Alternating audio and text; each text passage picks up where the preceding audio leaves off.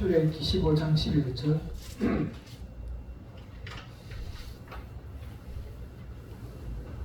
(104페이지) 창세기 출애굽기 15장 출애굽기 15장 11절.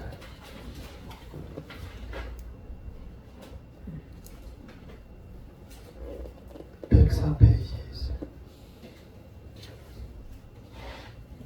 15장 11절 15장 11절 시작.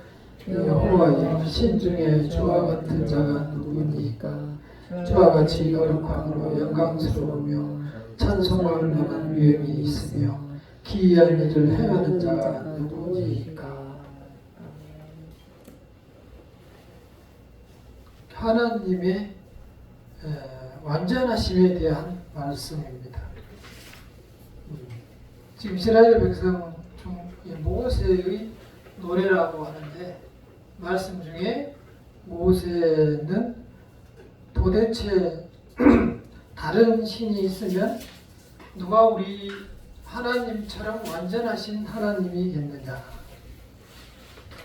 그러한 거룩하고 또한 영광스럽고, 그래서 우리가 보기에 찬양할 만한 위엄 있는 신이, 또 실제로 아주 홍해를 옮기는 것 같은, 지나는 것 같은 그런 능력을 베푸시는 신이 어디가 있느냐, 이렇게 찬양을 하고 있습니다. 이 하나님의 본질, 하나님을 우리가 아는 데 있어서 하나님의 관한 우리는 다 안다는 생각을 조심해야 됩니다. 그리고 하나님에 대해서도 잘 모르는데, 심지어는 우리 세상에 살아가면서 누구는 완벽해, 태민이는 최고야, 또 대통령은 최고야, 이러한 이야기들을 하는데 그렇지 않습니다. 절대 그렇지 않아요. 지금 신 중에 신을 비교했는데, 그 신 중에 신, 여러 신 중에 하나님이 많이 완전하시고 유일하신 신이다, 그 노래를 한 거예요. 그래서 완전하다고 하면 하나님만이 완전하기 때문에, 반대로 얘기하면 하나님이 아닌 피조물들은 전부 완전하지 않은 거예요. 하나님이 아닌 신들은 다 나중에 하나님에게 잡혀서 지옥에다 넣어놓고 어떻게 한다고요? 뚜껑을 닫아버린다니까요. 그 더운 데 넣어놓고 뚜껑을 닫아버려요, 못 나오게. 그러니까 하나님만이 유일하신 완전한 신이다. 그래서 그 완전함에 대한 이야기들을 지금 하고 있어요. 하나님만이 완전한데, 사람들은 저 사람이 배워서 하버드대를, 그것도 하버드대에서 박사학위를 받았다. 그러면 아무도 그 사람에 대해서 할 얘기가 없다고 생각하는데, 그렇지 않아요. 절대 그렇지 않아요. 우리가 이 세상에서 배우고 아는 지식은 이 자연에 대해서 연구를 해서, 이게 이렇구나, 이런들 우리가 깨닫는 거예요. 그게 학문이에요. 하나님이 만들어 놓은 세계에 대해서 하나님이 이렇게 만들어 놨구나, 이걸 깨닫는 것을 우리는 지식이라고 하는 거예요. 최근에 양자과학이라는 지식이 이렇게 생겨가지고 아주 이제 빨라졌다는 거야. 그러니까 보통 지금 있는 컴퓨터로 약 14년 동안 계산해야 될 것을, 우리 컴퓨터로 14년 동안 계산해야 될 것을 몇 분에? 5분 만에 해결하는 그 컴퓨터가 지금 이제 거의 개발 단계에 있다. 내년에 나올 수도 있다. 그래서 심지어는 이런 얘기를 해요. 우리가 이제 돈 찾을 때 핸드폰으로 이렇게 해서 금융거래에서 돈을 찾는데, 그런 비밀번호를 다 뚫어버린다. 그런 세상이 그 이제 소위 양자 컴퓨터라고 하는데, 곧 올 것이다, 지금 이렇게 얘기했어요. 그 원리는 뭐냐면은, 지금 여기에 제가 있을 수도 있고 없을 수도 있다. 있을 가능성이 많다는 거예요. 지금 우리 성도님들이 앉아 있는데 있는 것이 아니고 있을 가능성이 많다는 거예요. 그 논리예요. 그래서 그 가능성에 지금까지 그 좀 실패인 부분을 계속 좁히고 줄여오다가 최근에 아주 실패를 줄여서 이제 제품을 거의 지금 내놓을 단계가 됐다. 이런 상태까지 왔어요. 그러니까 우리가 지금 여기 서 있는 게 아니에요. 있을 수도 있고 없을 수도 있는 거예요. 이게 우리가 쉽게 생각할 수 있어요. 예를 들어 뭐 프랑스에 있는 가족이 있다. 그러면 핸드폰으로 전화를 해요. 네? 핸드폰으로 전화를 하면은 그분이 바로 받죠. 바로 전화를 바로 받아요. 한 1초면 바로 받게 돼 있어요. 그냥 1초로 가버리기 때문에. 근데 그 가는 것이 어떤 물체로 위해서 가는 것이 아니에요. 어떤 무엇을 타고 선을 타고 가는 것은 물론 아니고 공중을 통해서 가는 것도 아니고 동시에 존재한다. 이렇게 보는 거예요. 그래서 그런 이론이 나오는 거예요. 더 깊이 들어가면 나도 몰라요. 그래서 알 수가 없는 하나님의 섭리를 알 수 없는 단계에 이르는데 우리는 아는 것 가지고 전부 다 이게 전부 다 그러고 살아가요. 우리 어렸을 때 동화 노래가 있어요. 그걸 동시라고 하나요? 차들은 오른쪽 길, 사람들은 왼쪽 길. 냉냉 뚝뚝빵빵 이런 노래가 있었어요. 잘 생각이 안 나는데 그때 우리는 차들은 오른쪽 길, 사람들은 왼쪽 길. 그런데 지금 우리 사람들 오른쪽 길로 가요, 왼쪽 길로 가요? 오른쪽 길로 가잖아요. 그 노래가 틀렸다는 게 아니고 그때는 그 노래가 맞았어요. 근데 지금은 그 노래가 틀려요. 다시 말해서 우리가 사는 논리, 이러한 법, 도덕은 상황에 따라서 다 달라요. 지금도 중동, 사우디나 이런 데는 일부 다처제로 해서 한 남자와 여러 여성이 같이 사는 데가 있다고 그래요. 우리 아주 어렸을 때 우리 시골에도 있었어요. 제가 알기로 제가 아는 데는 두 가정이 있었어요. 여자가 둘이 사는 가정이 두 군데가 있었어요. 근데 한 군데는 그 여자들끼리 사이가 아주 좋았어요. 근데 한 군데는 아주 좋지 않아가지고 결국 한 명이 쫓겨서 나갔어요.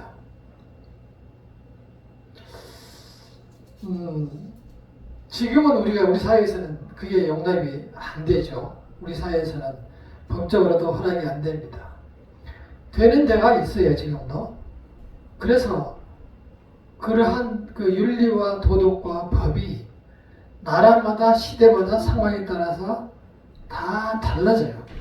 그때 당시 지금 살아가기는 그런 얘기 하면은 저 나쁜 인간 다 집어넣어 이렇게 되죠. 그렇지만 그때 당시에는 옛날에는 그렇지 않았어요. 사람이 사는 세상에서 완전하다는 것은 없어요. 지금까지도 없었고 앞으로도 없을 거예요. 가끔 이렇게 비상계엄도 지금도 나오고 그러잖아요. 다 그러면 역사 속으로 지나가는 줄 알았더니 또 이렇게 나오고 그래요. 그래서 우리 사는 세상에서는 완전한 게 없다. 완전한 것은 딱 하나.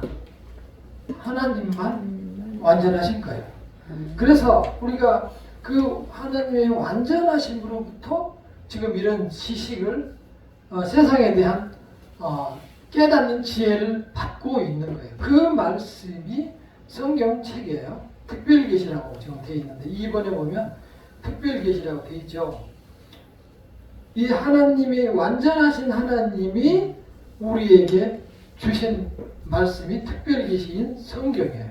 그래서 성경을 이렇게 공부하는 것이 필요한 것은 성경을 구체적이고 좀 더 깊이 알아야만 우리는 좀 더 하나님을 이해하는 데 가까이 갈 수 있어요. 첫째, 하나님은 그 어떤 속성이 순수한 영이시다. 그래서 하나님은 영이신데, 다시 말해서 이렇게 만질 수 있는 그러한 육체 물건이 아니고 하나님은 영으로 존재한다. 그래서 우리가 이제 종종 이렇게 이단이나 또는 어떤 산에서 기도를 많이 하시고 온 분들이 종종 하나님을 만져보고 만났다고 막 이렇게 하는데, 그게 있을 수가 없는 일이에요. 왜냐하면 하나님은 영이시기 때문에 하나님을 만질 수도 볼 수도 없어요. 성경에도 보면은 하나님을 본 사람이 단 한 명도 없다고 성경이 기록하고 있어요. 근데 지금 봤다고 얘기하는 것은 잘못된 거야. 그 누구를 봤을까요? 꿈속에서 종종 보는 사람들이 있는데 다 잘못 본 거야. 이 신천지 같은 사람들이 종종 얘기하기도 그래요. 볼 수가 없어요. 하나님 영이시기 때문에 볼 수가 없고, 보는 순간 무슨 문제가 생겨버리냐면은, 예를 들어서 하나님이 저처럼 생겼다. 그러면은 저처럼 이렇게 사지가 있고 또는 이렇게 모든 기관이 똑같이 생겼다면은 하나님이 화장실 가야 되잖아요. 저랑 똑같이 생겼다면 하나님이 하늘에서 만약 오줌 싸버리면 어떻게 되겠어요? 네? 그러니까 하나님을 사람으로 생각하면 있을 수가 없는 일이에요. 두 번째, 하나님은 2번 뭐예요? 시작. 하나님은 인격적이시다. 그러니까 하나님 입장에서는 우리를 충분히 이해하고 우리하고 대화가 가능하고 우리와 더불어 먹고 마실 수 있어요. 도덕적이라는 뜻은 뭐냐면은 악한 짓, 나쁜 짓을 하나님은 하실 수 없는 분이라는 뜻이에요. 그리고 우리처럼 이성적으로 우리에게 대해 주신다는 거예요. 사람이 생각하고 이해할 수 있도록 그런 능력을 주시는 거예요. 그러한 측면을 하나님이 가지고 계세요. 그래서 어떤 사람들은 하나님을 세력이나 비인격적으로, 어떤 바람으로, 어떠한 강력한 힘으로 이렇게만 보는 것은 잘못 알고 있는 것이다. 하나님은 인간과 교제할 수 있고 인간이 의지할 수 있고 인간의 어려움을 도우시는 인격적인 분이다. 사람과 같은 측면이 있다는 거예요. 그 속성이. 그 대표적인 예가 바로 예수님을 통해서 보여주셨다. 예수님이 이 땅에 오셔가지고 울기도 하고 그랬어요. 이 백성들이 막 유리하고 방황하고 아프지만 치료할 데도 없고 또 죽게 되는데 울기만 하지 살 길을 찾지를 못하고, 그러니까 그 유리하는 이렇게 짐승의 떼처럼 방황하는 거야. 갈 길을 모르고. 그걸 보고 예수님이 우신 거예요. 불쌍해서. 그러니까 그러한 예수님의 마음, 그래서 이들을 살리기 위해서 예수님께서 십자가를 다 담당하시는 그러한 모습, 이러한 것들이 바로 예수님께서 인격적으로 우리 사람과 교제를 하는 분이다. 그래서 우리가 어떠한 기도를 하든 간에 어떠한 말씀을 우리가 하든 간에 완전하신 하나님이 다 받아들이고 이해하시고 하신다. 그러니까 기도할 때도 분명하게 기도를 하셔야 돼. 분명하게 내가 무슨 기도를 하는지 나도 모르는 식으로 기도를 하면, 왜 하나님이 다 이해하시고 아시기 때문에 필요하고 나에게 내가 지금 해야 될 어떤 기도에 대해서 분명한 뜻과 생각을 가지고 기도를 하셔야 된다는 것. 세 번째, 하나님은 무한히 완전하시다. 이게 다른 피조물과 가장 구별되는 특징이다. 다시 말해서 하나님은 아까 말씀드린 도덕적, 지적, 의지 이런 부분을 비롯해서 모든 측면에서, 다시 말해서 천사가 있고 악마가 있고 하나님이 계신다고 해도 그 천사와 다른 악마를 모두 지배하고 다스릴 수 있는 그 예수님이 나오잖아요. 어떤 이상한 병든 귀신 들린 사람들을 이렇게 잡으러 오니까 그 귀신들이 하나님의 아들이 왜 우리를 괴롭히십니까? 우리를 죽이려 하십니까? 그러면서 우리를 돼지떼에 들어가게 해주세요. 지옥으로 보내지 말고 돼지떼에 보내주니까 돼지떼에 들어갔는데 돼지가 한 2,000 마리 되는데 귀신이 돼지떼로 들어가서 그 돼지가 저 밑에 있는 바단지 하여튼 저수지인지 다 처박혀서 죽어버린다. 그런 게 성경에 나오잖아요. 그 하나님은 그러니까 그러한 귀신들을 다 통솔하는 그러한 완전하신 하나님이셔요. 그래서 아까 우리가 15장 11절처럼 신중의 신, 왕중의 왕으로 묘사가 되고 있는 거예요. 우리가 조금 전에 읽었던 15장 11절의 말씀이 그런 겁니다. 그래서 우리가 이 세상에서 많은 철학을 배웁니다. 공자, 맹자 또는 소크라테스, 플라톤과 아리스토텔레스 그 사람들의 철학을 많이 배워요. 그리고 그냥 훌륭한 사람들이 신이 아니에요. 그 사람들 훌륭한 사람들이 인생을 많이 연구하고 또한 학문을 많이 탐구해서 고매한 지식을 가지고 있는 하나의 인격일 뿐이에요. 모두 그 시대를 훌륭한 지혜 있는 사람으로 살다가 갔어요. 그 중에는 하나님이 선택한 백성도 있고 아닌 사람들도 있겠죠. 그렇게 똑똑하고 훌륭한 사람들 중에 한 사람일 뿐이고 지금도 그러한 훌륭한 사람들이 많이 있어요. 근데 제가 보기에 우리나라에는 거의 없는 것 같아요. 우리나라에는 참 안타까운 일이지만 종교인, 특히 기독교인들 중에서도 이렇게 존경을 받을 만한 그런 사람들이 많이 없어요. 저도 이렇게 유튜브도 들어보고 설교도 많이 들어봐요. 근데 아멘이 나오는 설교가 별로 없어요. 이런 얘기를 하면 좀 안 좋을 수도 있지만 이런 얘기를 하면 어떤 사람들은 그래요. 믿음이 없어서 그런다고. 믿음이 없어서 그런다고 이렇게 얘기를 하는데 그럴 수도 있어요. 왜 제가 아멘이 안 나온다고 하면은 그분이 지식이 없어서 그런 게 아니고 그 하는 말씀들이 하나님의 위대하심을 찬양하고 노래하고 감탄하고 이렇게 칭송하는 것이 아니고 사람이 어떠함을 노래하고 얘기할 때 나의 능력이 어떤 것을 자랑하고 할 때 아주 보기가 흉해요. 그러니까 그 유명한 사도 바울이 뭐라고 했어요? 사도 바울은 유명한 사람이 아주 훌륭한 지식인이에요. 그때 당시에. 이 세상에 내가 하나님을 만나보니까 이 세상에 내가 알고 배웠던 것은 다 뭐라고 했어요? 똥이라고 했어요. 똥. 배설물로 한다. 아무 가치가 없는 것이다.